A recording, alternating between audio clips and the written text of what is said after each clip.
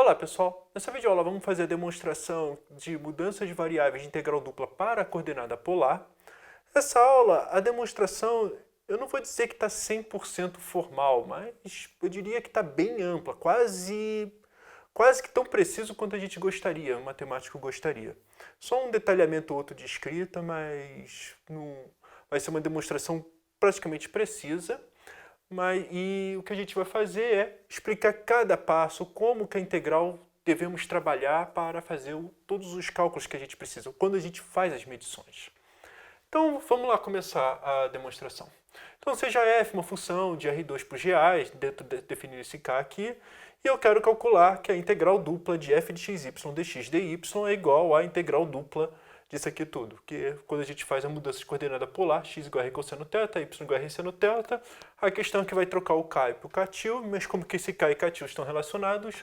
Pela essa objeção aqui de classe C1, em que a gente vai, vamos dizer, evitar os lugares em que perde a objeção. Por exemplo, quando r igual a zero, ou quando θ fica entre 2π, fica exatamente a 2π. Vamos evitar esses dois trechos, embora para a integral dupla isso não traz diferença.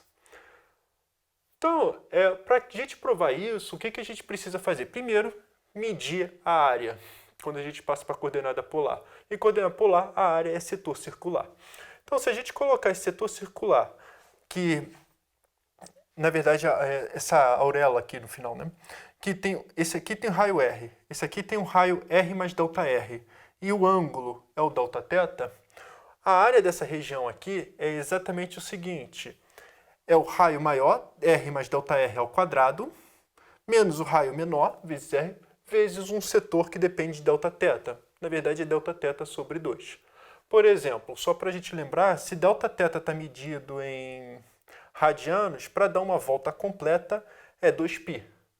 E a área tem que ser πr ao quadrado. A gente vai precisar dividir por 2, e essencialmente por uma regra de 3, aqui só pode ser Δθ dividir por 2. Se a gente dividir o círculo inteiro por 4 pedaços, a área divide por 4 e esse Δθ também divide por 4. E vamos jogando. Mas a fórmula é essa, que é a fórmula geral. Bom, a gente vai precisar desenvolver essa expressão, r ao quadrado, mais 2 vezes o primeiro pelo segundo, mais o quadrado do segundo, e depois subtrair com r ao quadrado, vai cortar. Então o que vai sobrar é o r ΔR vezes Δθ, tá? Que eu já vou multiplicando e cortando 2, mais ΔR ao quadrado vezes Δθ dividido por 2. E o que acontece é que a área é precisamente essa expressão aqui toda. E essa expressão ela é o que a gente chama de erro. Que é quando a gente vai fazer essencialmente o ΔR para zero, vai ter um termo a mais aqui, um ΔR a mais, que vai zerar toda a integral. Então é isso que a gente vai fazer, um monte de somatórios e vamos dizer que vai sobrar esse ΔR para fora mesmo. Mas vamos lá. O que a gente vai fazer agora, como que a gente calcula? Primeiro, lembra que aqui é a nossa região x e y, e aqui está em coordenadas r e θ. E, bom, não fiz o desenho em escala, nada disso, mas vamos supor que isso aqui é bijeção para cá, sem evitar nenhum problema.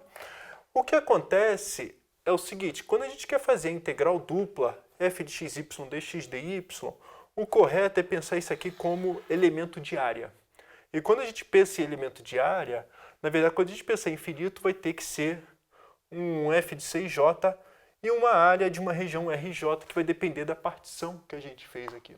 Tá? Se a gente fizer, muitas vezes a gente faz horizontais e verticais e horizontais, mas podemos fazer a área da base vezes altura em vários formatos diferentes. O que a gente vai fazer aqui é quebrar em vários setores circulares. Agora, para quebrar em setor circular, o que a gente faz? Bom, eu coloquei aqui dentro do retângulo, para dizer que começa do R0 até o Rn, e eu vou começar a particionar essa região em pedaços iguais. Então, vou particionar isso aqui em pedaços iguais, e o θ, na parte de θ, eu também vou particionar em pedaços iguais. Tá? Em m pedaços iguais e o outro em n pedaços iguais e assim sucessivamente. O que eu vou fazer é o seguinte, vamos considerar esse infinitésimo aqui. Então, vamos pensar, deixa eu ver se está bom esse, vamos escolher esse aqui. Esse ponto aqui, eu vou chamar, esse retângulo aqui eu vou chamar de, mantendo a nossa notação, de RJ, E o que acontece é que quando isso aqui é RJ, na verdade, o trecho inicial é o RI menos 1, e esse trecho final é o que a gente chama de RI. E aqui é a mesma coisa, isso aqui é o θ de J menos 1, e aqui em cima é o θJ. Não vou precisar disso, então estamos bem. O que acontece é o seguinte, esse retângulo, quando a gente vai aplicar em φ, o que acontece? Olha, retas verticais é raio constante. Então vai ter um setor circular, eu vou desenhar por aqui. Se eu trabalhar outro R um pouquinho mais à direita, um setor circular um pouquinho maior. O que acontece é que quando θ, essa primeira reta horizontal, o que significa? A escolha de um θ, opa, deixa em amarela, desse jeito radial só nesse pedacinho. E quando a gente aumenta o θ, quer dizer que é o ângulo um pouquinho maior. E vai ser esse setor.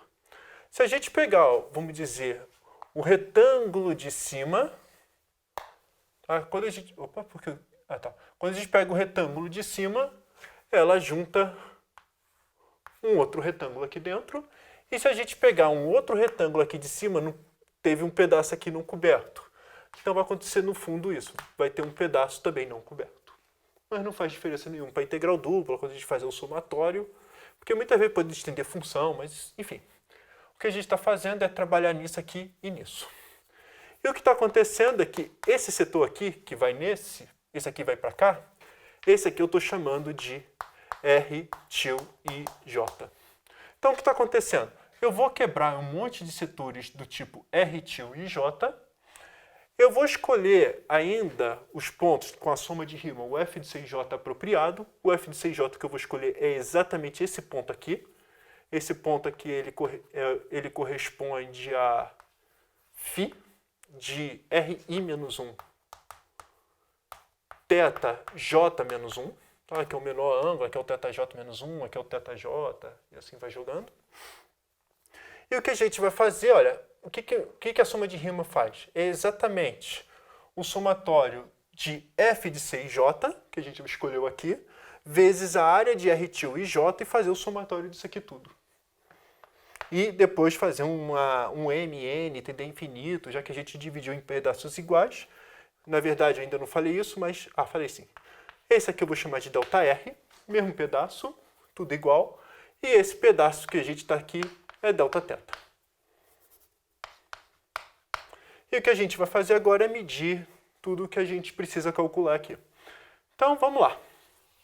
Eu vou, só para efeito de não ficar escrevendo muito, eu vou omitir essa notação do m tendendo a infinito e o n tendendo a infinito. Então, o que acontece é que o que me interessa é que o ΔR vai para zero.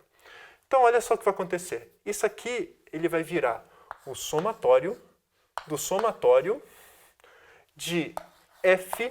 Quem é C e J? C e J é φ de RI menos 1, θJ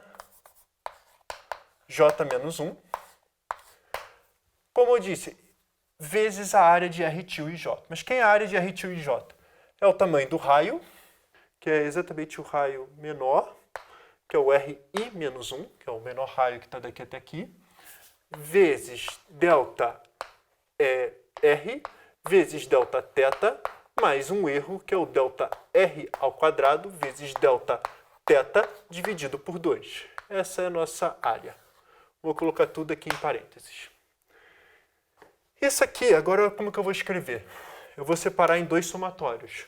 Uma que me interessa e a outra que vai jogar para zero. Somatório do somatório de F, deixa em amarelo, F de φ de RI menos 1, θJ menos 1. Tá, esse aqui, como eu disse, foi escolhido já de antemão, por causa desse RI aqui.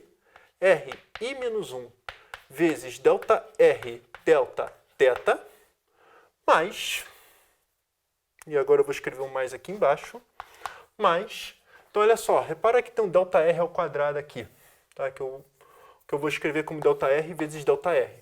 Vou ter que multiplicar com isso. Então olha só como que fica, mais ΔR vezes o somatório do somatório de um ponto que é f de φ de RI menos 1, θJ menos 1, vezes ΔR vezes Δθ.